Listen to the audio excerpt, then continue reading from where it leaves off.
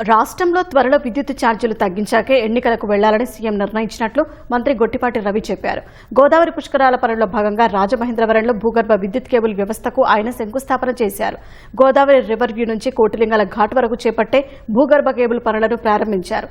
రాజమహేంద్రవరంలోని గౌతమి ఘాట్ వద్ద విద్యుత్ సబ్స్టేషన్కు శంకుస్థాపన చేశారు. ఈ కార్యక్రమంలో మంత్రి దుర్గేష్, ఎమ్మెల్యేలు గోరంట్ల బుచ్చయ్య, ఆదిరెడ్డి శ్రీనివాస్ పాల్గొన్నారు. పుష్కరాలకు మిగతా శాఖ కన్నా 2 నెలల ముందే విద్యుత్ శాఖ పనులు పూర్తి చేయాలని మంత్రి గొట్టిపాటి అధికారులకు నిర్దేశించారు. దేశంలో విద్యుత్ ఛార్జీలు తగ్గించిన ఒకే ఒక్క ప్రభుత్వం కూటమి ప్రభుత్వమన్నారు.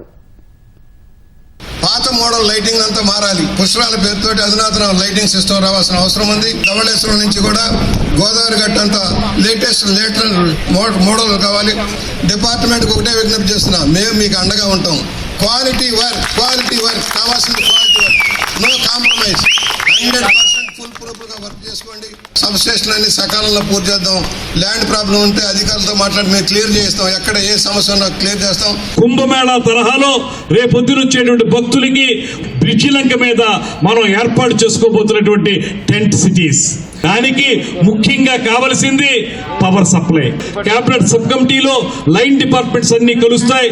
అన్ని మంత్రిత్వ శాఖలు కలిసి దీన్ని ఒక మహాద్భుతంగా తీర్చిదిద్దడానికి ఒక ప్రయత్నం చేస్తా ఉన్నాం. మొత్తం పుష్కరాలకు దాదాపు 150 కోట్ల రూపాయలు ఖర్చు పెడుతున్నాం. మన డిపార్ట్మెంట్ పని తొందరగా కంప్లీట్ కావాలి. 2 నెలల ముందు కంప్లీట్ చేసి రెడీగా పెట్టుకోవాలి మనం.